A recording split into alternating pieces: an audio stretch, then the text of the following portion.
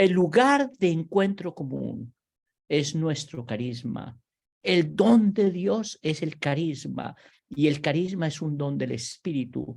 El fin del carisma es el reino de Dios, el reinado de Dios. Nos debemos al reino de Dios por una inspiración carismática, por un don del Espíritu. A mí me conmueve el corazón siempre que me encuentro con la familia vicentina de pensar que tantas y tantos, en tantos rincones de la tierra, han sido vinculados a este don precioso, a este carisma común, un carisma que está íntimamente unido al misterio del reino y un carisma que es esencial al desarrollo de la iglesia. Y un carisma que el Espíritu lo da a quien quiere, donde quiere y como quiere. El carisma es laical. La inmensa mayoría de los miembros del carisma son laicos y laicas. El carisma es profético. El carisma es misionero. El carisma es expansivo. El carisma es contagiante. El carisma es una fuente de alegría, de compromiso común. El carisma es una experiencia de una continua acción de gracias.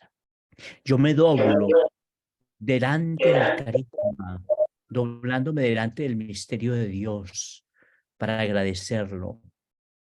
Hace 38 años el carisma me encontró a mí cuando yo era un muchacho y tenía 17 años. 38 años. Me vinculó, me envolvió y me ha ido llevando de un lugar a otro sin que yo supiera ni el dónde, ni el cómo, ni el para qué.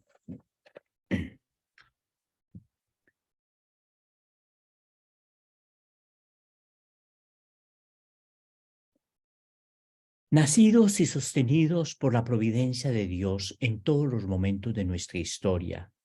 Oh Salvador, nunca pensé en ello. Dios es el que lo ha hecho todo.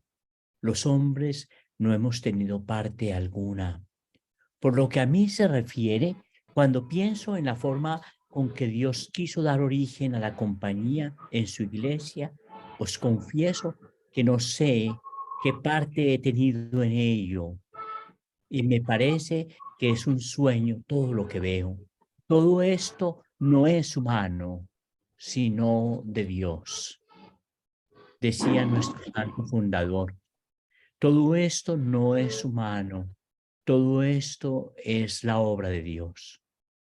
Creo que si estuviéramos hablando hoy con el San Vicente del siglo XVII, nos diría que el futuro, la revitalización del carisma, no depende de nosotros, depende de la libre iniciativa de la providencia de Dios, que es quien puede darle su futuro, porque ella fue la que le dio su comienzo.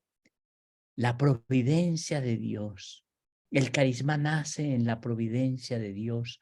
El carisma es conducido por la providencia de Dios y el futuro del carisma depende de la providencia de Dios. Esta es la obra de Dios, no la de los hombres, y solo sucederá delante y en el corazón de aquellos que se pongan en las manos de Dios y dejen al Dios de la historia actuar. La familia vicentina es hoy una arcilla frágil en las manos de quien puede revitalizarla. Lo decisivo para nosotros es recrear siempre nuestra identidad en el taller cotidiano de la misión. Recrear nuestra identidad y nuestra misión, reinterpretarnos sin nunca parar nuestra misión. Sin nunca parar nuestra misión.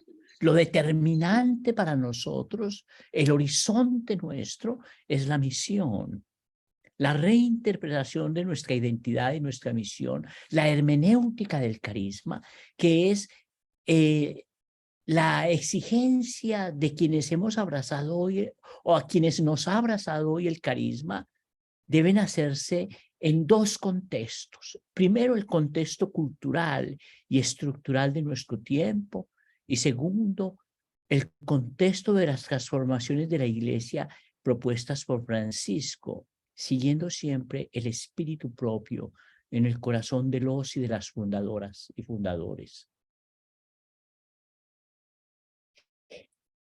Es en la relación con la historia, es en la relación con la historia que el carisma se revitaliza, es en la relación con la historia que el carisma se transforma, es en la relación con la historia que el carisma se hace nuevo, es en la relación con la historia que el carisma es reinterpretado y actualizado, revitalizado. Y esa es una responsabilidad nuestra.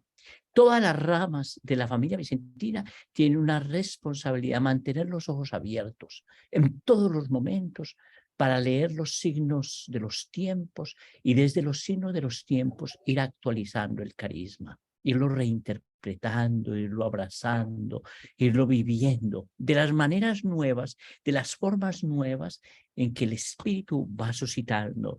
Cuando nos habla, nos grita, nos convoca, nos desafía en la historia. Reflexionar en el futuro de nuestro carisma común se nos presenta hoy como una oportunidad extraordinaria para un discernimiento común, para una intuición comunitaria, hacia dónde lleva el Espíritu a la humanidad, hacia dónde conduce el Espíritu a la Iglesia, qué caminos está convocando el Espíritu a la familia vicentina, a dónde nos llama, qué frontera nos pide cruzar, qué muros nos invita a derribar. ¿Dónde está Dios? ¿Dónde está Dios? ¿Dónde está la providencia de Dios en todo lo que nos está pasando? ¿Cuál es la dirección de nuestra historia? Quienes no se atrevan a hacer este discernimiento, el futuro, la historia les será impuesta y se les impondrá una historia que no les gusta. Nosotros tenemos una cierta influencia en el presente con relación a la historia que se nos va, como vamos construyendo la historia. En el presente podemos modestamente intuir el futuro, determinar nuestro futuro común. De la manera en que yo asuma el presente, que interprete el presente, que viva el presente, desde ahí yo seré capaz de marcar unas líneas, unas pistas, unas direcciones para el futuro. El futuro no es tan incierto. El futuro no es tan incierto. Y por eso frente al futuro no nos paramos desde la desconfianza, sino desde una confianza profundísima. Una confianza profundísima. Renovemos pues nuestra confianza, porque la confianza del corazón tendrá la última palabra. Yo sé muy bien los planes que tengo para ustedes, afirma el Señor. Planes de bienestar, planes de no calamidad. Yo quiero darles un futuro lleno de esperanza, dice el Señor en la profecía de Jeremías. Yo quiero darles un futuro lleno de esperanza. En el contexto de este momento histórico, les invito a que vivamos desde la osadía de la esperanza. Hace unos días yo estaba hablando con unos grupos y en la reflexión de la vida consagrada de América Latina, llegamos a decir que hoy era un tiempo para la osadía de la esperanza. Nadie es más osado, valiente, el que se atreve a esperar, el que no tiene miedo de la esperanza, el que abraza la historia y el camino con la esperanza, en una familia, en una comunidad local, en una comunidad laical, en una parroquia, en la iglesia, en la provincia. Atrevernos a la osadía de la esperanza, constatar que no estamos terminados, constatar de que nuestra creatividad se va recreando, que es urgente que nos renovemos, sí, que hay formas que se han caducado, sí, que hay estructuras que se van rompiendo, sí, que hay comunidades que están rotas, sí, pero no dejar nunca de esperar. no dejar nunca de esperar, con osadía. Bienaventuradas, bienaventuradas las que se atrevan a esperar siempre y las que se comprometan con el futuro en esperanza, comprometidas en el presente, que hacen nacer en el presente formas nuevas de vivir el carisma, que van dejando que el Espíritu suscite la novedad y nos lleve a lugares insospechados. Yo, hermanas y hermanos, ustedes lo saben, tengo una historia en la que el Espíritu me ha llevado a lugares insospechados. Las constituciones de las hijas de la caridad hablan de esa sorpresa del Espíritu que la lleva a lugares donde pueden amar mejor, amar de otras maneras, comprometerse con el amor. Esos lugares insospechados. La caridad las llevará a lugares insospechados. El carisma nos llevará a lugares insospechados. Que en los próximos años, en este contexto de la Iglesia sinodal, suscitemos en nosotros, en la familia vicentina, una masiva peregrinación de la confianza a lo largo y ancho de nuestra familia. Que esa confianza del corazón tenga una fuerza incontenible de revitalización del carisma, que nos lance a un futuro cargado de esperanza. La fe que nos sostiene reclama que nosotras y nosotros todos y todas no demos espacio ni al fatalismo, ni a la resignación, ni a la regresión, ni a ninguna fuga, a ninguna huida. A que enfrentemos la historia con valentía, con osadía, desde la osadía de la esperanza. Ustedes me disculpan, pero yo siempre lo digo. No me cansaré nunca de decirlo. Lo repetiré hasta la muerte. Lo nuestro es la persona de Jesús. Lo nuestro es el reino centrismo. A nosotros nos interesa la persona de Jesús. A nosotros nos interesa el reino de Dios.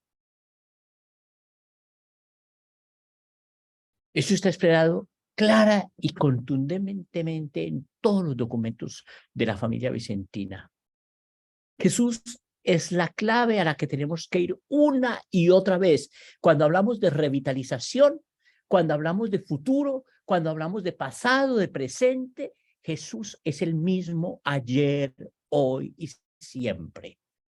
Y siendo el mismo ayer, hoy y siempre, es una clave permanente de nuestra reinterpretación, de nuestra relectura, de nuestra revitalización.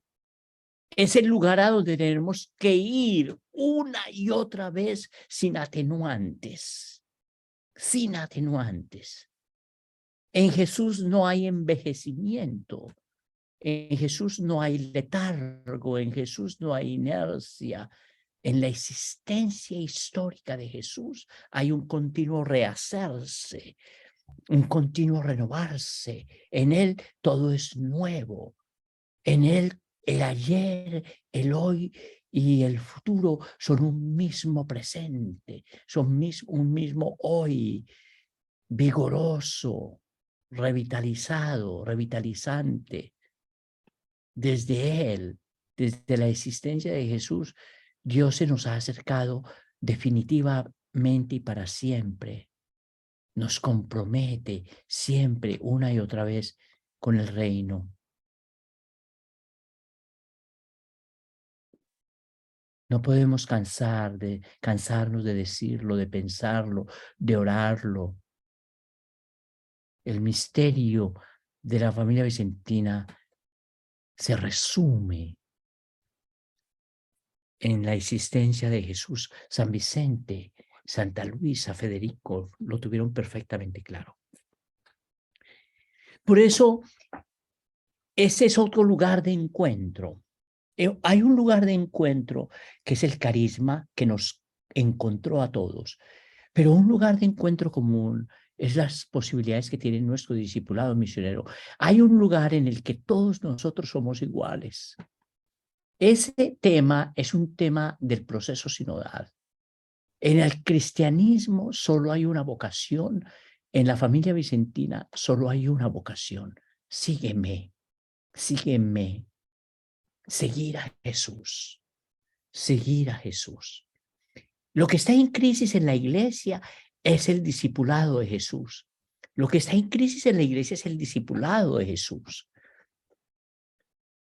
El Evangelio de Marcos nos habla de 3 dimensiones del seguimiento de Jesús que son esenciales para la revitalización del carisma y la revitalización de nuestro discipulado común.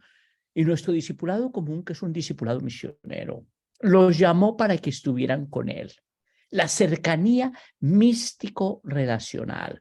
Como las hijas de la caridad lo expresan en el documento Interasambleas, la dimensión relacional de Dios y la dimensión relacional de Jesús. Es un eje transversal de esa mística de los ojos abiertos. Los llamó para enviarlos a proclamar el compromiso profético misionero. Y los evangelios insisten en que los llamó para que hicieran el camino en común, como exigencia del seguimiento de Jesús. La dimensión comunional de comunidad, mística y profecía, mística relacional, profecía misionera, seguimiento común. Es ahí donde se revitaliza el carisma, en esos 3 énfasis, que son 3 énfasis bautismales. Los textos expresan sumariamente todo el envolvimiento de la vida personal, relacional, funcional, en el ejercicio del discipulado. Lo nuestro es que nosotros somos discípulos de Jesús. Somos discípulos de Jesús dentro del carisma vicentino. Lo determinante nuestro es que el carisma nos encontró y nos envolvió en el seguimiento de Jesús de una manera determinada por el espíritu común, por el espíritu común. Nuestra humanización, nuestro hacernos como personas, la de todos los miembros de la familia, desde todos los horizontes, desde todos los movimientos, en todas las ramas. No hay unos que son mejores que otros, unos que son primeros y otros segundos, no. No. Ese es el sentido de la equidad bautismal de la que se habla en la teología del pueblo de Dios. Somos iguales siendo distintos, iguales por vocación, iguales por dignidad, distintos en los ministerios, en las funciones, en las formas. Toda nuestra humanización, como la de todo bautizado, sucede en el seguimiento de Jesús. El seguimiento de Jesús en comunidades de fe y misión. Este es nuestro horizonte, este es nuestro espacio común.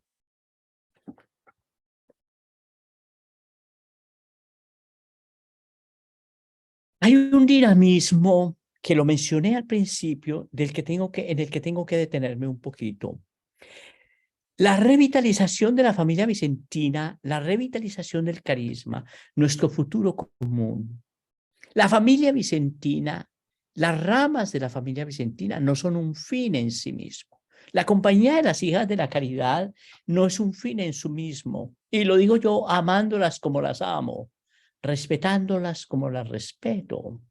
La compañía de las hijas de la caridad es un medio, y la familia vicentina es un medio. La Iglesia Católica es un medio. El fin es el reino. La revitalización y el futuro tienen que ver con el fin. Y el compromiso con el fin es lo que revitaliza el medio. El compromiso con el reino en el seguimiento de Jesús es lo que nos revitalizará o nada nos revitalizará. Nada. Hay quienes hacen revitalizaciones de estructuras y análisis de coyuntura y una cantidad de cosas. Pero a uno lo que lo define, lo que lo redefine, lo que lo revitaliza, lo que lo transforma, es la mirada permanente en el fin, porque el fin reclama un cómo. El seguimiento de Jesús y el compromiso con el reino en el Evangelio reclama un cómo. El cómo son los valores del reino. El cómo son los valores del reino. Los valores del reino. Desde los valores del reino, abrazando y encarnando los valores del reino, es que nos revitalizamos. Todo lo demás son cosas muy útiles. Las estructuras y los análisis que se hacen, todo eso es muy útil. Pero nosotros somos una organización místico, profética y comunional. Por eso, en la carta a los Hebreos, en el capítulo 12, dice que la carrera la corremos con los ojos puestos, fijos, los ojos fijos en aquel que consuma la fe. Los ojos fijos en aquel que consuma la fe, Jesucristo el Señor. El fin realizado en la historia es el único dinamismo capaz de revitalizarnos continuamente, de lanzarnos hacia el futuro en la novedad del espíritu que lo hace todo nuevo. La pertinencia, la vitalidad, la actualidad, el futuro de todas las ramas de la familia vicentina y de la familia vicentina toda está dada por la relación nuestra con ese binomio, carisma e historia. Carisma e historia, un carisma que se realiza en la historia. La vitalidad de nuestro carisma no es exclusiva de ninguna de las ramas de nuestra familia, ya que es un don del espíritu. Se lo comunica y lo mantiene vivo en donde quiere. Yo siempre estoy aprendiendo de los laicos. Siempre sigo siendo sanado por las hijas de la caridad, por su testimonio, por la presencia de ellas en mi vida, como misionero vicentino, ordenado. La vitalidad, la actualidad, la pertinencia del carisma está dada por la permanente relación con el reino, a quien le pertenece. Así lo dijo la Asamblea General de los Padres en 1998, refiriéndose al carisma vicenciano. Esa fue la primera asamblea que se hizo para reflexionar el tema de la familia vicentina. Yo estaba allí, era el más joven de la asamblea, era un muchacho. Y eso lo leí y lo oí y lo escuché ahí, cuando la madre Juana Elizondo fue para hablarnos.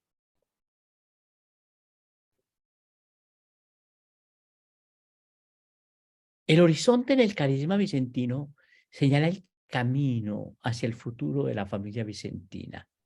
La familia vicentina está íntimamente unida a la historia, íntimamente unida al carisma, y desde ahí que el reino de Dios y su justicia le señalan su revitalización. Qué felicidad, hermanos míos, dar a conocer a Dios a los pobres, anunciarles a Jesucristo, decirles que está cerca el reino de los cielos, que ese reino es para los pobres.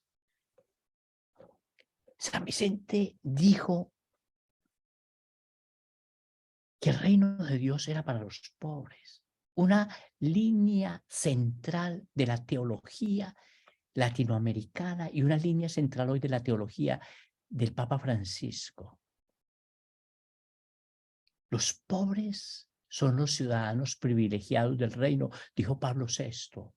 Todos se inspiraron en la reflexión de San Vicente. Don Helder Cámara, uno de los padres de la teología en América Latina, la teología de los pobres, fundó toda su inspiración en San Vicente, y por eso él quiso morir y pasar los últimos años de su vida en una casa de las hijas de la caridad. Por eso su secretario era un misionero vicentino hasta su muerte. Y la fundación que avanza su historia y su misión está liderada por un padre vicentino. Yo estaba predicando un retiro espiritual a los padres de Fortaleza, de la provincia de Fortaleza en Brasil, hace algunos años. Y de pronto un padre se acercó a mí, un belga, un padre de Bélgica, y me regaló una tarjeta de don Helder Cámara, el santo obispo profeta. Y entonces yo le dije, ¿y usted quién es? Y él me dijo su nombre y yo casi me paralizo. Su famoso secretario de cientos de años. Y yo dije, santo Dios, ¿yo ahora qué voy a predicar? Porque se presentó en la primera charla y me mató. ¿Y ahora de qué predico? Con el secretario de Elder Cámara sentado en la primera fila toda la semana. Yo no sabía más que predicar. Dios me ayude. Bueno, el carisma vicentino está impregnado de la novedad propia del espíritu. Contiene una fuerza bautismal que, como acabo de decir, es una fuerza mística, profética y comunional, de una incontrolable implantación de la justicia social y hoy de la justicia ambiental, como expresión de la llegada del reino, así como las hijas de la caridad lo han entendido en su compromiso con el cuidado de la casa común y con los derechos humanos y los derechos de la tierra, porque la tierra es un sujeto de derecho. Por eso hoy no podemos hablar de justicia social, hoy tenemos que hablar de justicia social y justicia ambiental. El carisma se interrelaciona con todos los demás carismas. Por su punto de partida, todos los carismas nacen en el espíritu. Por eso hoy el trabajo con otras comunidades religiosas, con otras familias carismáticas, con otros movimientos sociales es urgente, porque el reino nos va mostrando a todos distintas facetas, pero nos va orientando y guiando en la misma dirección. Hoy no podemos trabajar aisladamente. Se nos ha hecho difícil llegar a pensar como familia, actuar como familia. Imagínense, es mucho más difícil unirnos a otras familias, crear otros vínculos, crear otros lazos, tejer redes, avanzar en el tejido, un tejido que sea social y ambiental, que avance la cultura, el dinamismo del reino de Dios y de su justicia. Miren, pues, el punto de partida es el espíritu, el punto de llegada es el reino. Y el carisma se alimenta de una específica lectura de la palabra de Dios. La palabra de Dios que no es solo escritura, sino también historia. La lectura de la historia y la lectura de la escritura. Tal como lo entendieron Vicente, Luisa, Federica, todos ellos y todas ellas. El carisma, hermanas, no se expresó plenamente en la vida de San Vicente. Apenas nació en él. No se expresó plenamente en la vida de Luisa. No. Porque el carisma se está desarrollando en la historia. Se sigue expresando en la historia. Se sigue transformando en la historia. Eso es extraordinario. El carisma nace en San Vicente, no se expresa totalmente en él, sino que se sigue desarrollando. El carisma se expresa y se desarrolla en el continuum de la historia. Y hoy se presenta en nosotros. Nosotros tenemos una grandísima responsabilidad con este carisma que no termina de transformarse, de revitalizarse. Hay Esto es mi momentos idea, George.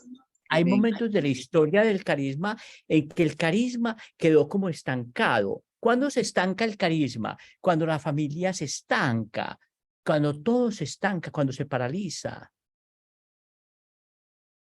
Entonces, es en nosotros somos responsables del carisma hoy. Nosotros somos responsables del carisma aquí. Todo lo que el carisma consiga hoy depende de nosotros. Eso es extraordinario como compromiso.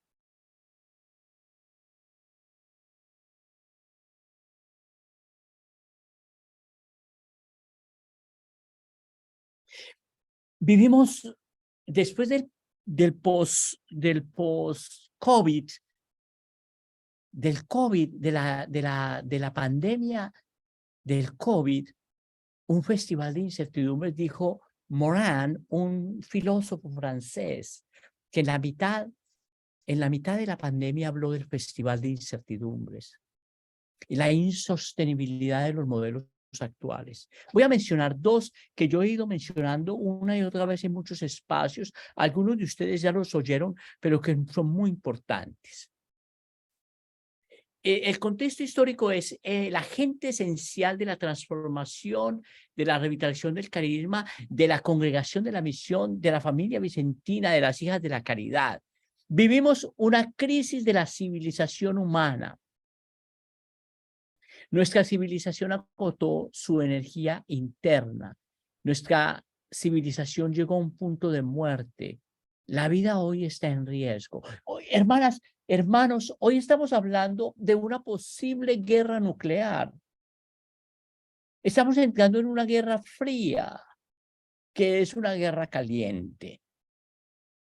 Yo estaba en Kiev, en Ucrania, en una estación de radio, haciendo una entrevista a la que me invitaron en el año 2018. La periodista ucraniana era consciente de lo que iba a pasar. Ellas sabían que venía la guerra. Y ella me preguntó si el mundo sabía, padre, ¿usted cree que el mundo es consciente de lo que nosotros nos va a pasar? No me preguntó lo que nos está pasando. ¿Usted cree que el mundo es consciente de lo que nos va a pasar a nosotros? Y yo le dije que tenía que decirle con mucha pena que no, que el mundo no era consciente. Y ella, en la mitad de la entrevista, lloró. Ella lloró. Lloró conmovida por la inconsciencia del mundo. Hoy Ucrania es un país devastado, completamente devastada, su infraestructura educativa, energética, alimentaria, de transporte, completamente devastada. La muerte de la vida sucede, y voy a usar solo dos claves para entender este momento histórico. La clave de la equidad, que es una clave antropológica, como está expresada en el documento de la Fratelli Tutti, y la clave ecológica, que es la clave que da la Laudato Si. Hoy, Francisco convoca al mundo, no a la iglesia, al mundo, a leernos desde la clave de la equidad social y desde la clave de la ecología integral. Miren, en los años 70 la lucha era contra la pobreza, porque no entendíamos muy bien las causas de la pobreza. Y había una gran discusión entre el comunismo, el capitalismo y el nazismo, los nacionalismos, para explicar las causas de la pobreza. Unos culpaban a otros y otros a los otros. Hoy, y fue Juan XXIII en la Pacem in Terris el primero que lo dijo. En la doctrina social de la Iglesia hay varios hitos, pero uno de los hitos más importantes de la doctrina social de la Iglesia es una intuición de Juan XXIII, San Juan XXIII. Ustedes entenderán, es uno de mis favoritos. Siempre que tengo que ir al Vaticano, yo visito un par de lugares, me paro delante de San Vicente, de Santa Luisa, casi siempre me conmuevo con ganas de berrear, porque soy un llorón, y voy a visitar a Juan XXIII. Voy a visitar a Juan XXIII. Allí me quedo en silencio. Juan XXIII dijo que la equidad, la inequidad era una causa de la pobreza. La inequidad es una causa de la pobreza. Y hoy la inequidad social es escandalosa, absolutamente escandalosa. Y la inequidad social hace que el modelo de humanidad en el que vivimos sea insostenible. una humanidad tan desequilibrada, tan inequitativa, con la distancia que hay entre los ricos y los pobres, creciente, esa humanidad, ese modelo de humanidad es insostenible. Ese modelo produce una crisis profundísima en el corazón de la civilización humana. Y a los vicentinos esa inequidad nos importa, y nos importa mucho, porque nuestro lugar social, histórico, político, antropológico, teológico, vocacional, es el lugar de los pobres. Es el lugar de los pobres. Y la clave ecológica. La vida como el ámbito y el contenido de todo, y el cuidado de la vida vulnerabilizada como compromiso único de los que creemos en el Dios de la vida revelado en Jesús. El carisma hoy tiene que orientarse hacia la equidad social y la equidad eclesial. Y el carisma hoy tiene que orientarse hacia el cuidado de la vida vulnerabilizada en todas sus formas. En todas sus formas. La vida vulnerabilizada en todas sus formas. Esa es una clave esencial de revitalización del carisma. Vivimos una crisis profundísima de la civilización cristiana. Toda la civilización de Occidente. Y por eso el secularismo europeo se viene ahora como una ola gigantísima sobre las Américas. Hermanas y hermanos, viene una ola de secularismo devastador para las estructuras religiosas de la América Latina y el Caribe. Será más evidente a medida que pasen los días, los meses y los años. Pero hemos perdido a los jóvenes. Hemos perdido a los jóvenes. Y los hemos perdido en lo absurdo de nuestras contradicciones, en lo absurdo de nuestros escándalos, en lo absurdo de nuestra vida. Hemos perdido a los jóvenes y lo notaremos más y más y más en templos que se irán quedando vacíos. Viene una ola de secularismo que algunos de nosotros a lo mejor no alcancemos a ver, pero que será muy evidente, tan evidente como es aún hoy en Europa. El modelo eclesial católico fracasó, se rompió por su contradicción más profunda. El distanciamiento progresivo del Evangelio y el distanciamiento progresivo de la propuesta en la vida, palabras y acciones de Jesús. Por eso Francisco ha llamado a la Iglesia a un proceso sinodal y a una reforma profunda. Hoy fue publicado el texto de las conclusiones de las conferencias nacionales, la primera fase del sínodo, la primera fase del sínodo. Hoy se publicó el texto. Yo vi el texto antes de que lo publicaran. Solo una conferencia episcopal pidió perdón. Y a mí, en la noche, en mi meditación, cuando me detengo en la noche antes de dormir para meditar, sentí pena. Solo la conferencia episcopal de Canadá pidió perdón. No le pidió a la Iglesia que pidiera perdón. Esta conferencia episcopal pidió perdón por sí misma. Solo una. Y el perdón, lo sabemos todos, es la clave de la revitalización, de la transformación.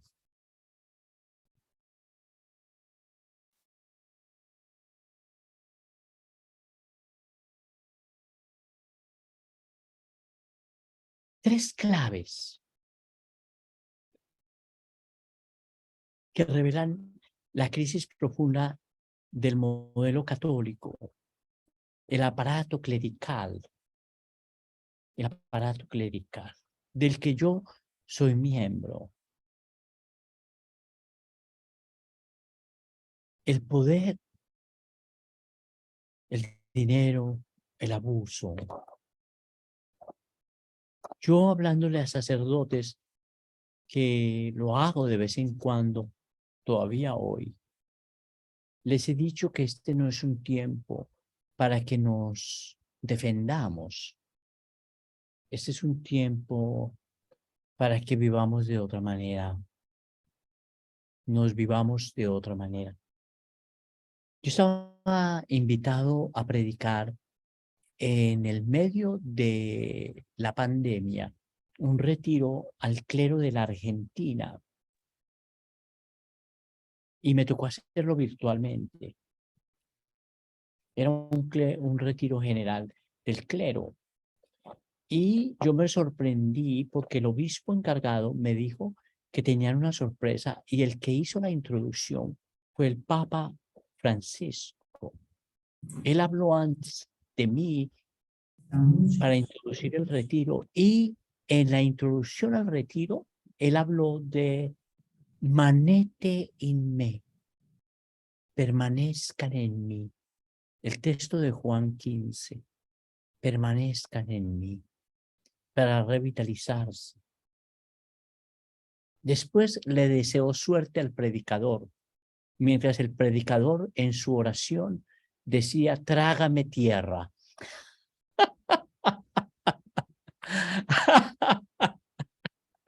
Bueno, ay, santo Dios.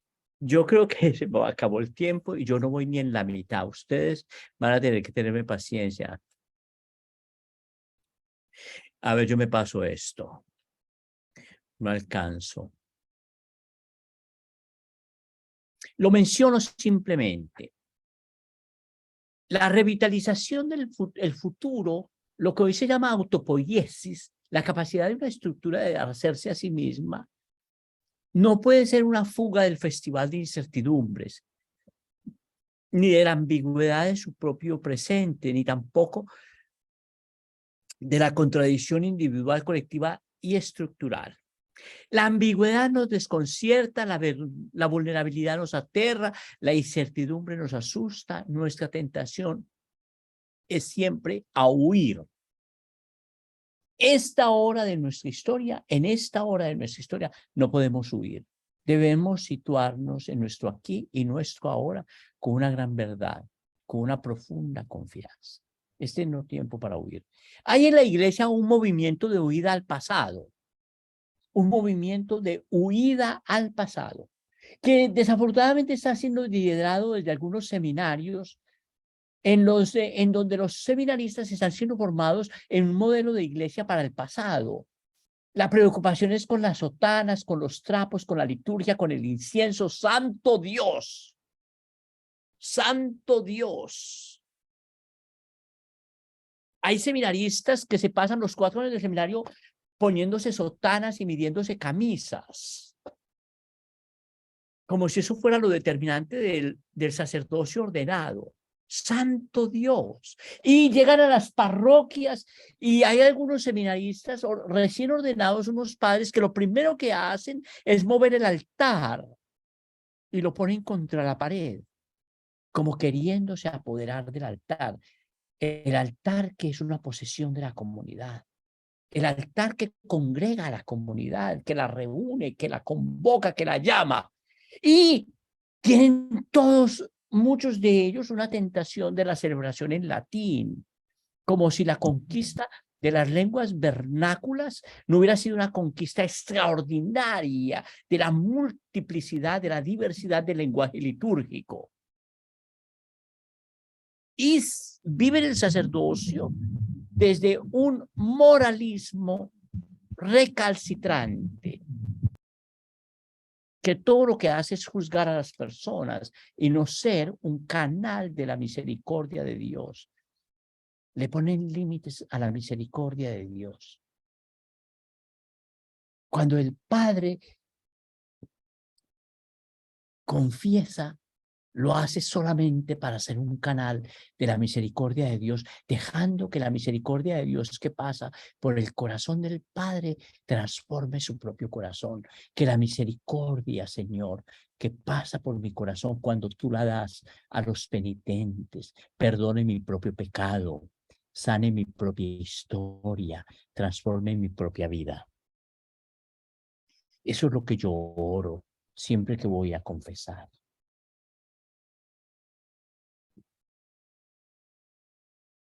Hoy estamos en una especie de restauracionismo dogmático, de restauracionismo litúrgico, moral, legal, pastoral. En el espíritu original, como San Vicente lo entendió, eso no es nuestro lugar. Nuestro lugar es abrir nuevos caminos. La novedad, la innovación, la creatividad, es una dinámica interna propia de nuestro carisma. Hasta el infinito, porque el amor es inventivo hasta el infinito. Nuestro carisma es un carisma fuente, un carisma generador de novedad. El carisma nuestro no es un carisma espejo. Esta semana conocí a una comunidad religiosa que trabaja con enfermos y con ancianos y personas moribundas. Ellas acompañaron la muerte de mi tía. Y entonces yo las llamé a las hermanas para agradecerles cómo habían sido misericordiosas con mi tía en su proceso. ¿Saben qué me dijeron? Cuando me dijeron el nombre, es una comunidad que tiene en el nombre de San Vicente de Paúl. ¿Por qué? Porque el padre fundador inspiró todo su movimiento en San Vicente de Paúl. Resultaron ser primas hermanas mías. Porque el carisma vicentino no para de fundar organizaciones y comunidades. Es un carisma fuente, inspirador, extraordinario. No es nuestro carisma un carisma espejo, temeroso, que huye al pasado, de ninguna manera, de ninguna manera. No lo es y no lo puede ser. La huida al futuro, a una generación y un mundo que le tiene miedo al presente. Entonces, o huye al pasado o huye al futuro, como queriendo convertir el mundo y la realidad en una isla de la fantasía. Nuestros proyectos todos deben ser, como dicen los objetivos del cambio sistémico, autosostenibles, financiera y estructuralmente replicables, hechos en colaboración, atravesados por el espíritu propio del fundador, que es de un realismo práctico, capaz de avanzar la obra de Dios efectiva y afectivamente. No podemos vivir de la imaginación, de proyectos irrealizables, o la revitalización no sucede por la construcción física de grandes edificios o por la creación de estructuras insostenibles. No, no, no, no. Hay gente que cree que la revitalización es poner ladrillos. No, la revitalización no es poner ladrillos.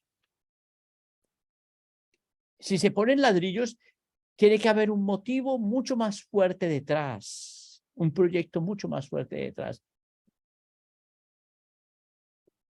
San Vicente recibió San Lázaro, un edificio abandonado. Pocas semanas después, pocos meses después, San Lázaro estaba poblado de proyectos, todos sostenibles, de pobres, todos necesitados, de hombres y mujeres comprometidos con el carisma. San Lázaro, que era un mamotreto de edificio, se le quedó pequeño al ingenio de San Vicente. Le quedó pequeño al ingenio de San Vicente.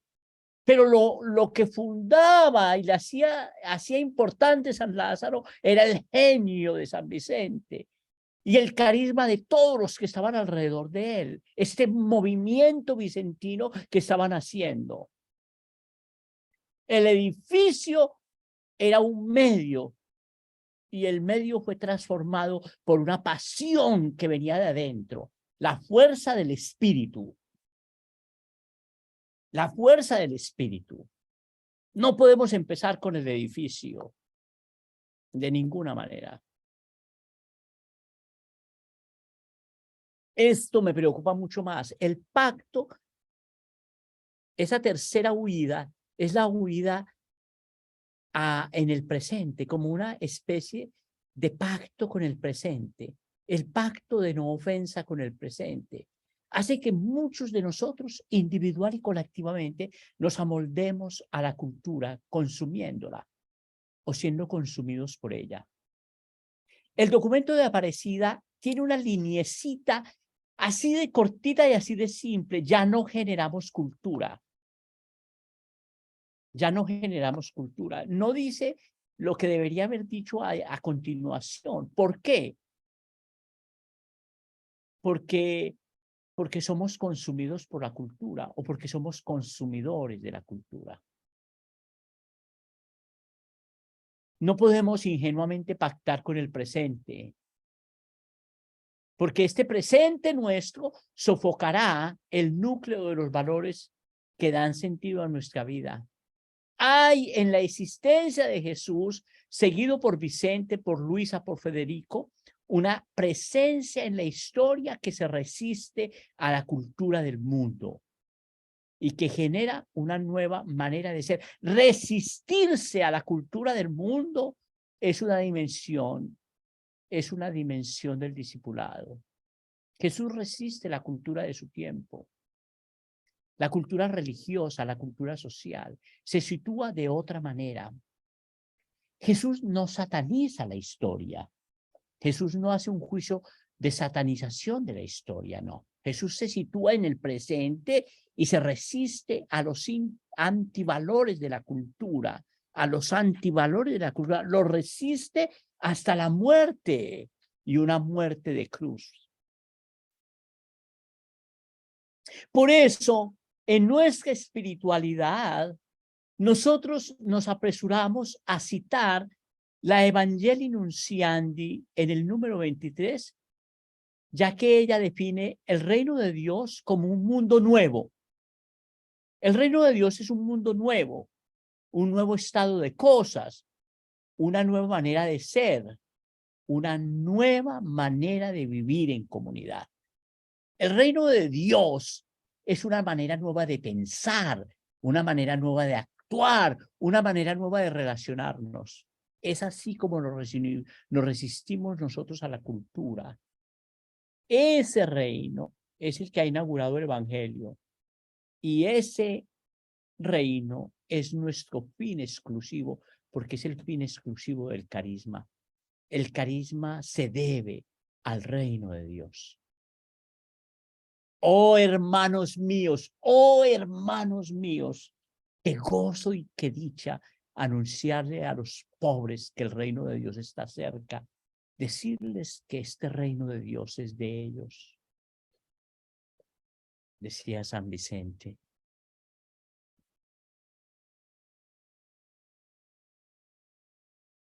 ¿Quién hará la revitalización?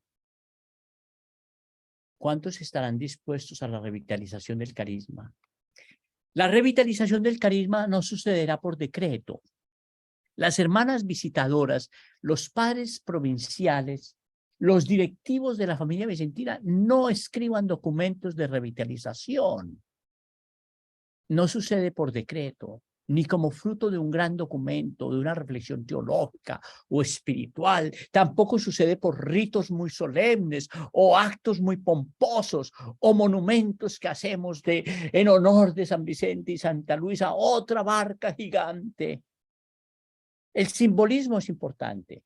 Los simbolismos son importantes si los simbolismos arrastran una dimensión de la vida. Pero si están vacíos, el tiempo se encargará de ellos. El tiempo se encargará de ellos. Hay muchos monumentos construidos en la historia a los que el tiempo y la historia los llenó de vacío y de nada, porque no contenían nada.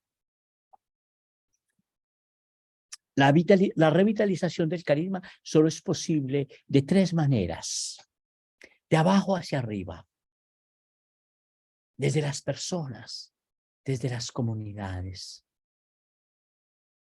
Bienaventuradas las personas que se atrevan a la revitalización continua. Bienaventuradas las comunidades de vida y misión, las comunidades locales, que hagan un pacto de revitalización común, una alianza de revitalización, bienaventuradas, y que desde ahí revitalicen las estructuras más grandes, las provincias, la compañía, las comunidades de vida. Esto se puede decir de la iglesia toda. La revitalización de la iglesia, su reforma, solo sucederá en las parroquias revitalizadas y reformadas. No puede venir de Roma. De Roma solo viene lo que a Roma va. De Roma solo viene lo que a Roma va. Y a Roma irán las comunidades renovadas y entonces de allá vendrá la renovación de la iglesia. Debe suceder de adentro hacia afuera. El fruto de una convicción, de una decisión profunda, un dinamismo interno de metanoia. Y debe suceder desde la vida, no desde los textos. Desde la vida hasta los textos. Renovemos nuestra vida para que un día tengamos algo que aportar a la renovación de los textos de la familia vicentina. Bienaventurados aquellos que se atrevan a vivir una vida renovada y se conviertan en un referente de lo que significa un carisma reformado y renovado.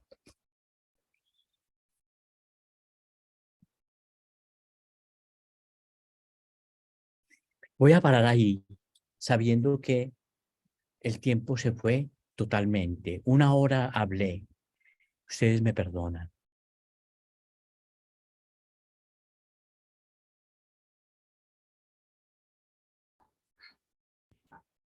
Gracias, Padre Guillermo.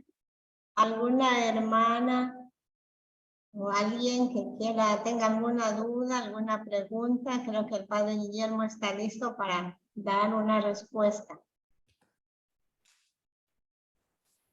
Padre Guillermo, un gusto saludarle desde acá, desde Loja, hermanas igual, y también hermanos y hermanas seglares. Creo que la ponencia que hizo el Padre Guillermo, o sea, realmente fue un regalo de Dios y la iluminación del Espíritu Santo. En mi experiencia personal, pues vuelvo a vivir lo que viví a inicios de mi vocación cristiana. Estoy hablando más o menos de hace 25 años atrás. Y creo que el Espíritu Santo fue quien actuó en esta ponencia. Realmente claro lo que es el carisma, la entrega y la vivencia del carisma, orientado siempre a la misión de Cristo y en la construcción del reino, desde un testimonio y desde un acompañamiento. Padre Guillermo, mi Dios le pague, muchísimas gracias por esa ponencia y creo que queda muy claro y sobre todo como que despierta a que sigamos viviendo cada vez más con convencimiento nuestro compromiso y carisma vicentino, cimentado en Jesús, puesto la mirada en el reino de Dios, sin dejar de lado a nuestros hermanos pobres. Muchas gracias, Luis. Un abrazo para ti.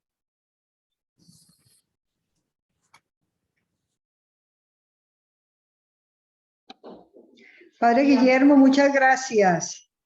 En verdad que nos ha aportado usted unos elementos muy importantes para esta dinámica que estamos viviendo al interior de las provincias al recibir todo lo que fue el mensaje de nuestra Asamblea General. Y entonces vemos como ese éfeta y ese iracia y ese encontrarse, cómo no que está mediado por todas estas disposiciones y toda esta apertura al espíritu, sin el cual imposible, que usted nos ha refrescado y ha dinamizado en esta noche. Muy agradecidos, Padre Guillermo. Qué dicha verlo y y bueno, Gracias. poderlo escuchar. Gracias, Sor Cecilia. Un abrazo. Se ve que está en Arauca, ¿no? Sí, padre, he llegado hoy. El corazón lo tiene allá. Uno va una y otra vez donde tiene el corazón. Bueno, muy bien. Padre Guillermo, buena noche. ¿Qué ha hecho, Desde Gloria? el querido Cartago, los Muy bien. saludamos en familia Gracias. de sangre y familia espiritual para decirle gracias, mis gracias, porque es Dios quien se ha manifestado a través de su palabra, muy concreta y que anima a todos los miembros de la familia vicentina a tomar conciencia del momento histórico que vivimos y que lo tenemos que vivir con verdadera parucía. Muchas gracias. Que Dios lo bendiga y siempre contamos con su palabra iluminada por el Espíritu. Gracias, Sor Gloria. Un abrazo muy grande a usted, a las hermanas de su casa y a mi mamá cuando la vea. Sí, precisamente me vi con ella el Son sábado. vecinas. Qué rico. Le transmito un abrazo de ella. Bueno, gracias. Padre, buenas noches. Quisiera aprovechar esta oportunidad para, pues bueno, que estamos aquí asesoras de la familia vicentina. Yo creo que ante esta realidad que usted nos ha planteado, pues tenemos un reto que es justamente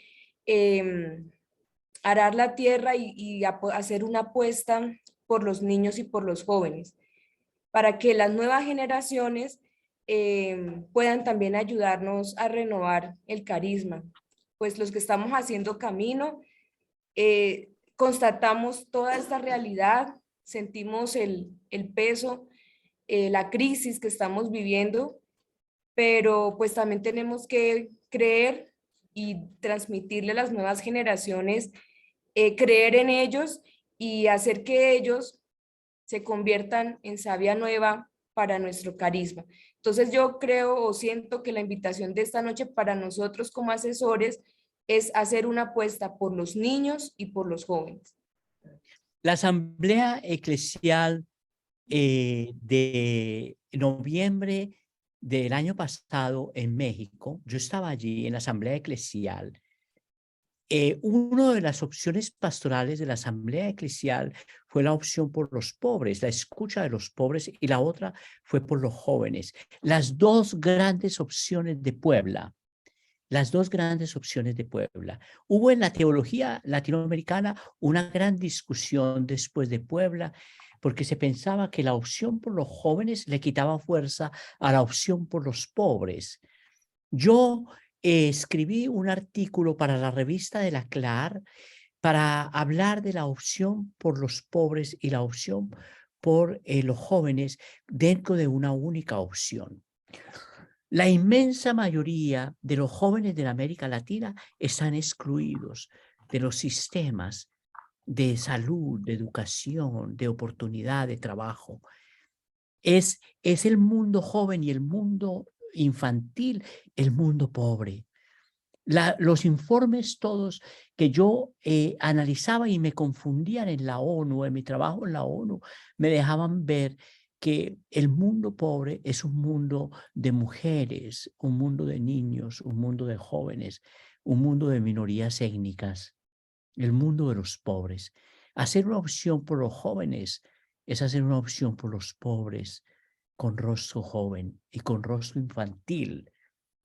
Y hacer una opción por ellos hoy en nuestra misión como vicentinas y vicentinos es atrevernos a desarrollar, a generar la osadía de la esperanza. La osadía de la esperanza a todo nivel. Y nuestra opción por los jóvenes tiene que estar desprovista de todo interés de proselitismo religioso. Nuestra opción por los jóvenes tiene que ser una opción libre, libre y liberadora. Libre y liberadora. La hacemos por ellos, desde la pasión que está en Dios por ellos. Y llevando el Evangelio solo cuando Él está encarnado en nosotros. El anuncio del Evangelio, nosotros lo tenemos que hacer hoy encarnando el Evangelio. Solo encarnando el Evangelio podremos hacer un anuncio válido del Evangelio. Yo trabajo en medio de jóvenes, vivo en una universidad con 23,000 jóvenes. Y yo me pregunto, ¿de qué valores encarnar? ¿Cómo encarnar la hospitalidad, el servicio? Hoy tuvimos una crisis terrible por la tarde porque 2 jóvenes se encerraron en 2 cuartos distintos y amenazaron con suicidarse. Los 2 amenazaron con suicidarse. Tuvimos que cerrar los dormitorios y llamar a la policía y los bomberos. Y yo, como sacerdote de la congregación, delante del misterio de la vida y de la depresión y del no sentido de la vida, me preguntaba, ¿cómo encarno el Evangelio aquí? ¿Cómo encarno el Evangelio ahora? ¿Cómo doy testimonio? ¿De qué forma doy testimonio de Dios en este aquí, en este ahora?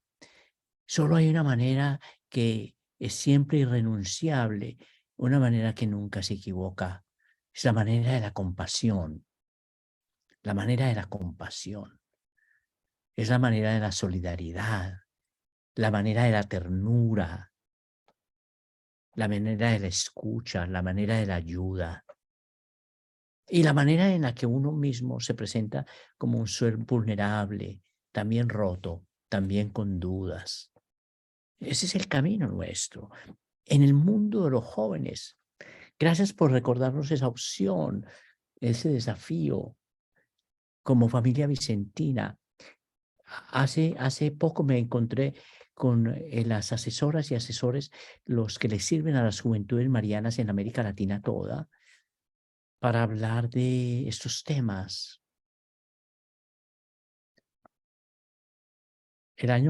Hace un par de años, creo que en medio de la pandemia, fue el encuentro mundial de la familia vicentina. Y a mí, en la Comisión Internacional me encargó el tema de la esperanza. El tema de la esperanza. Ese es el tema cuando miramos la vida de los jóvenes, el tema de la esperanza. Buenas noches con todos. Padre, muchas gracias por su ponencia. Yo tenía una pregunta.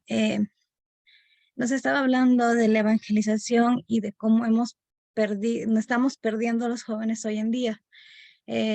No sé si nos podría dar un consejo porque hemos visto que los valores cristianos se están perdiendo.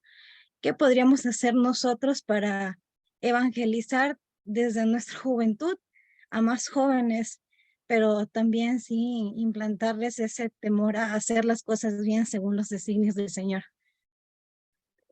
La experiencia de la pastoral juvenil en la América Latina siempre sucedió por algo que es muy natural a nuestra identidad cultural. Es la experiencia de la comunidad. Esa experiencia de la comunidad juvenil es una experiencia que además es esencial al tema del Evangelio. En las comunidades juveniles nosotros tenemos que aprender a crear espacios en donde, formando jóvenes, sean los jóvenes los que evangelicen a los jóvenes. Pablo VI, 1975, Evangelii Nunciandi, que los jóvenes sean los evangelizadores de la juventud. Apostarle a una pastoral juvenil liderada, promovida y avanzada por el mundo juvenil. No para el mundo juvenil, sino desde el mundo juvenil para el mundo juvenil. Nosotros acompañamos en la distancia. Cuando yo estaba ayudando a organizar la pastoral juvenil de los migrantes en los Estados Unidos, hace 20 años, yo dediqué más de 5 años de trabajo constante a acompañar la creación de la pastoral juvenil en muchas diócesis de los Estados Unidos para los migrantes, La apuesta era por formar líderes que luego fueran los que llevaran adelante el modelo de pastoral juvenil. Y hoy muchos de ellos son agentes nacionales e internacionales de la acción de la iglesia. Y yo vi en los jóvenes unos gestos extraordinarios de evangelio, unos gestos extraordinarios de evangelio. Por ejemplo, yo salí de una reunión de líderes juveniles y fuimos a un restaurante chino para almorzar para comer un viernes en la noche. En el baño, cuando uno de los líderes fue al baño, encontró a un chico de la Argentina que tenía 17 años, que rápidamente le contó su historia. Era un joven migrante indocumentado. Dormía en una mesa del restaurante. Era encargado en el día de limpiar y en la noche de cuidar. El dueño del restaurante abusaba de él laboralmente y le decía que su sueldo era la comida y la dormida. No le daba ni un centavo, no tenía ropa. Esa misma noche, esos jóvenes, que todos habían vivido situaciones parecidas, se los llevaron a su casa. Le dieron hogar, le consiguieron trabajo, le compartieron su ropa, su espacio, su vida. Eso es puro evangelio, porque el evangelio es una semilla que Dios puso en el corazón nuestro, inclusive cuando no hemos oído hablar del evangelio.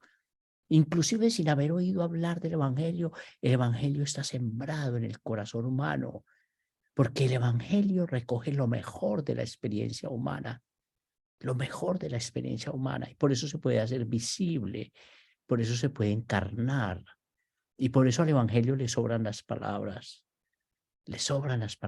Esos jóvenes una y otra vez me evangelizaron, una y otra vez me enseñaron el evangelio de Jesús.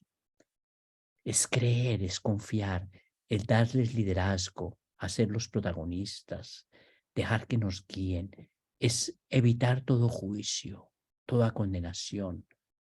En el mundo juvenil, cuando nos atrevemos a abrir los ojos, y en el mundo juvenil hay una expresión nueva de la historia. Nuestros padres se escandalizaban con nosotros y nosotros con los jóvenes de hoy. Mis papás abrían los ojos con mis cosas. Pobrecillos. Ahora yo entiendo lo que sucedía. Eran otras, hoy estamos hablando de la solidaridad intergeneracional. La primera vez que yo oí la expresión solidaridad intergeneracional, pensé que era la solidaridad de los niños y los jóvenes con los ancianos, y no.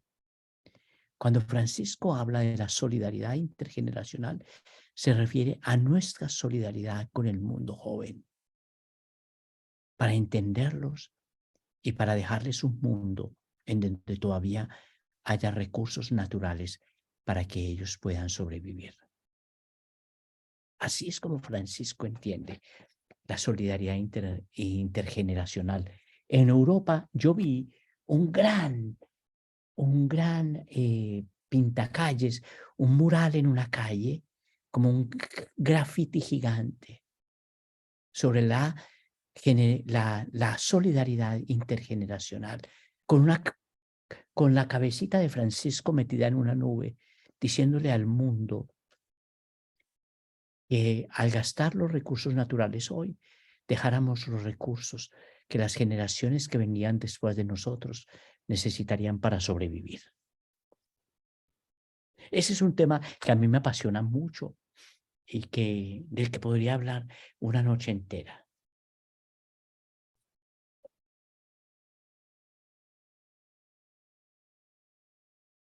Muchas gracias, Padre. A ti muchas gracias por tu pregunta, Pamela, por tu preocupación. Sor Gladys.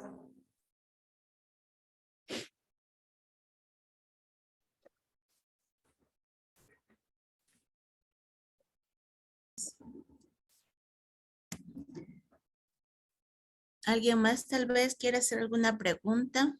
Yo creo que ya se quieren ir a dormir. Ya está tarde.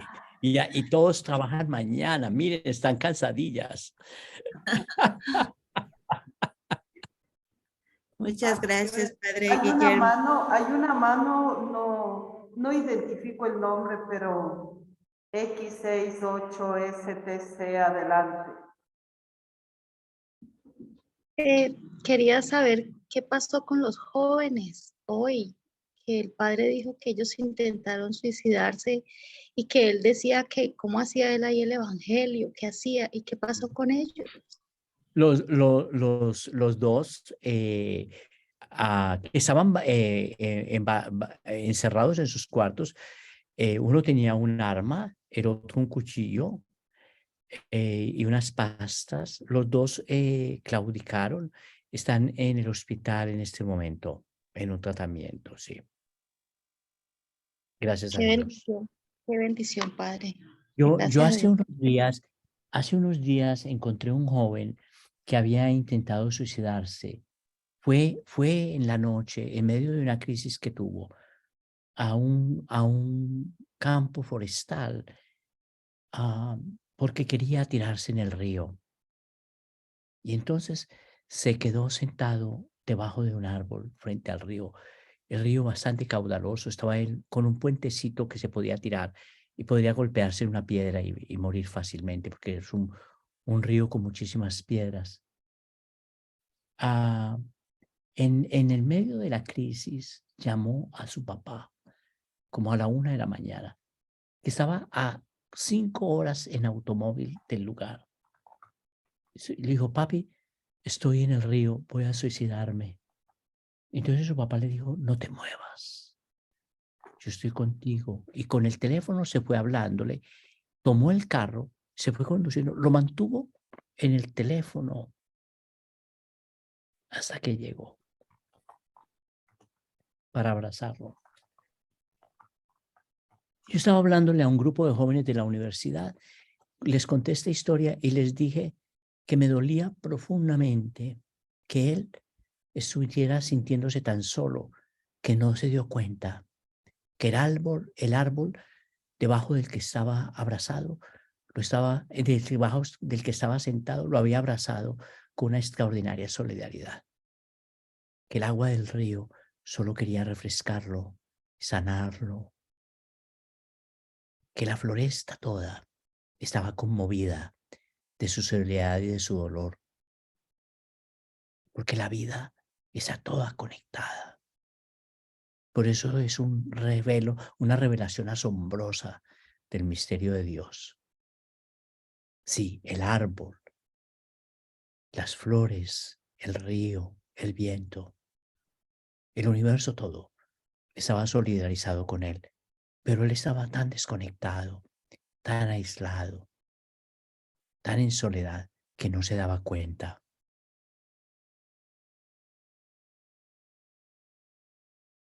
Así es nuestra historia.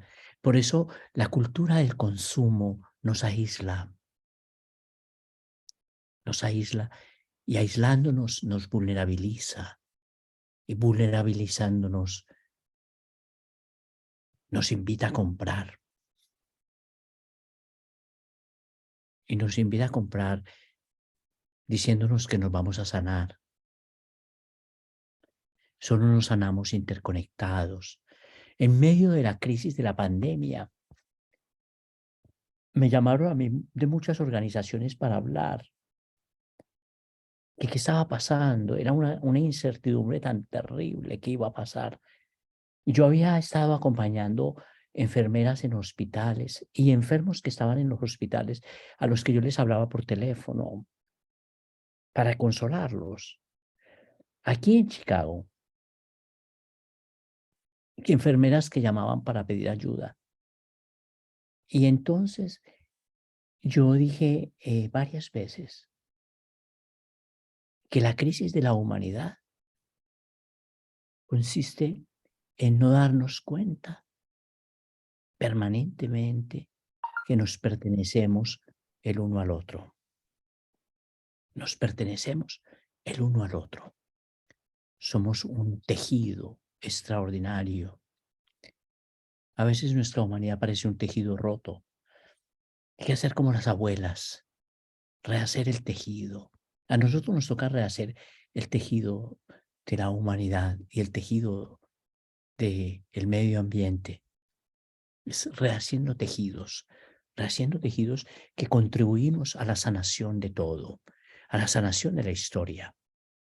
Fue a Teilhard de Chardin, cuando yo estaba en la filosofía estudiando, me sorprendió leer en Teilhard de Chardin, ese jesuita famoso científico, el concepto del tejido, y el concepto de todos los tejidos que apuntan a Dios, como si el comienzo del tejido fuera en Dios y el final del tejido fuera en Dios. Nos pertenecemos el uno al otro. Eso en la familia vicentina es muy importante. Nos pertenecemos el uno al otro. No nos vayamos a cansar ni a tener miedo de intentar colaborar, de trabajar juntos, de ayudarnos, de apoyarnos.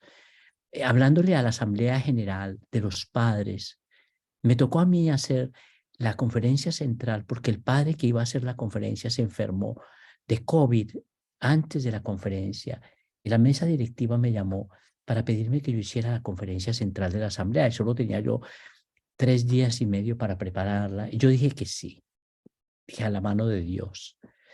Y yo le dije a los padres que dejáramos que la familia vicentina nos sanara,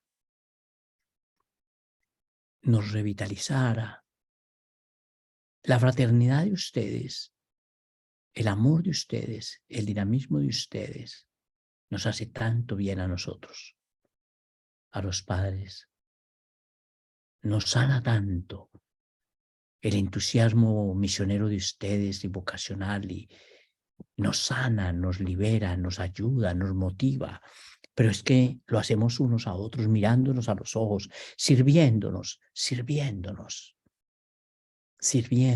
en todo lo que podamos servirnos. Yo intento siempre decir que sí a cualquier rama de la familia, a la familia por una convicción, es una convicción que está en mi corazón. Nos pertenecemos el uno al otro, somos una familia. Yo me siento profundamente acompañado y amado dentro de la familia. Eso me hace un bien extraordinario a mí como sacerdote y a mí como persona. Me sana y me libera profundamente. Creo que hay que ir terminando, ¿cierto, Sorana? Muchas gracias, Padre Guillermo. Le damos paso a Sor Ana María Maldonado, visitadora de la provincia.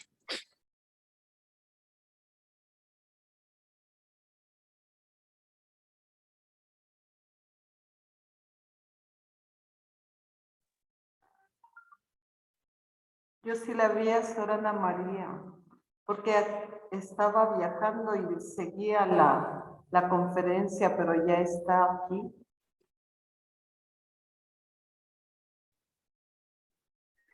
Sor Ana María, ¿Sí me escucha? ahí está.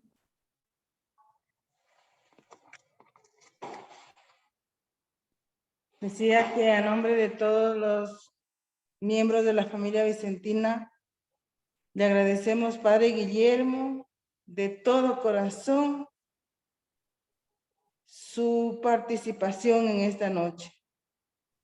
Nos ha traído agua fresca. Nos ha ofrecido beber de esta agua vicentina. Agua de fuentes que tienen su profundidad en el Evangelio. Agua fresca que tiene sabor vicentino, que tiene color de la caridad y olor al reino de Dios. Es verdad, Padre, todo lo que usted hoy nos ha dicho toca nuestras fibras, nuestra conciencia, porque en verdad la tentación de huir al pasado está a las puertas de nuestro corazón de nuestras comunidades y de la provincia. Nos ha removido la tierra para volver los ojos a lo que estamos haciendo y a lo que debemos hacer. Acomodarnos en la rutina es fácil, porque nos sentimos seguras. Pero el reto es abrir las puertas. El Éfeta es una llamada permanente a salir, a vivir la renovación, a recrear nuestras comunidades, a vivir el Evangelio en la vida, en la práctica, en la comunión, como familia vicentina. Y creo que eso es un llamado a fortalecer la comunión, la unidad entre todos y todas. Que Dios nos dé la gracia de quedarnos con lo mejor de esta charla, de esta conferencia, y que en cada rama podamos ver a qué estamos llamados en esta renovación, y como familia vicentina procurar que estas experiencias de reflexión no sean esporádicas, sino frecuentes, para pasar a una renovación en la práctica. El mundo nos necesita. El carisma sigue vivo y seguirá vivo si es que nosotros los vicentinos nos comprometemos a darle el oxígeno que necesita para continuar avivando el Evangelio en el corazón del mundo. Gracias, muchas gracias, Padre. Nuestras oraciones lo acompañarán siempre. Gracias a todos los miembros que facilitaron este encuentro. Dios les pague. Un abrazo muy grande. Gracias. Yo les invito a que demos gracias a Dios. Todo es obra de Dios en el corazón. Esta noche, en el misterio de nuestras comunidades locales, de nuestras casas, te damos gracias a ti, Señor de la historia y de la vida. Tú eres la fuente de todo don. Tu misericordia, tu bondad y tu amor nos cubra, nos proteja, nos defienda, nos dé valor profético. Regálanos siempre palabras de sabiduría, una inspiración profunda, la compasión con el que sufre. Abre nuestros ojos y nuestros oídos para ver y escuchar los gritos de la vida en cualquier forma que se nos revele, y escuchar en ellos el grito tuyo. Señor, gracias por nuestra familia, por nuestro carisma común, por esta noche y por siempre, por estar con nosotros. Bendícenos hoy siempre, en el nombre del Padre, del Hijo, del Espíritu Santo. Amén. Amén. Oh María, sin pecado concebida. Rogad por nosotros. San Vicente de Paúl, Padre de los pobres. Ruega por nosotros. Luisa de Marillat, de un dinamismo extraordinario y organizativo. Ruega por nosotros. Federico Sanam y todos los santos y las santas de la familia vicentina. Ruega por nosotros. Buenas noches. Muchas gracias, Padre. Buenas noches. Dios le pague, Padre. Dios bendiga a todos. Gracias, Padre Memo. Gracias. Linda la charla.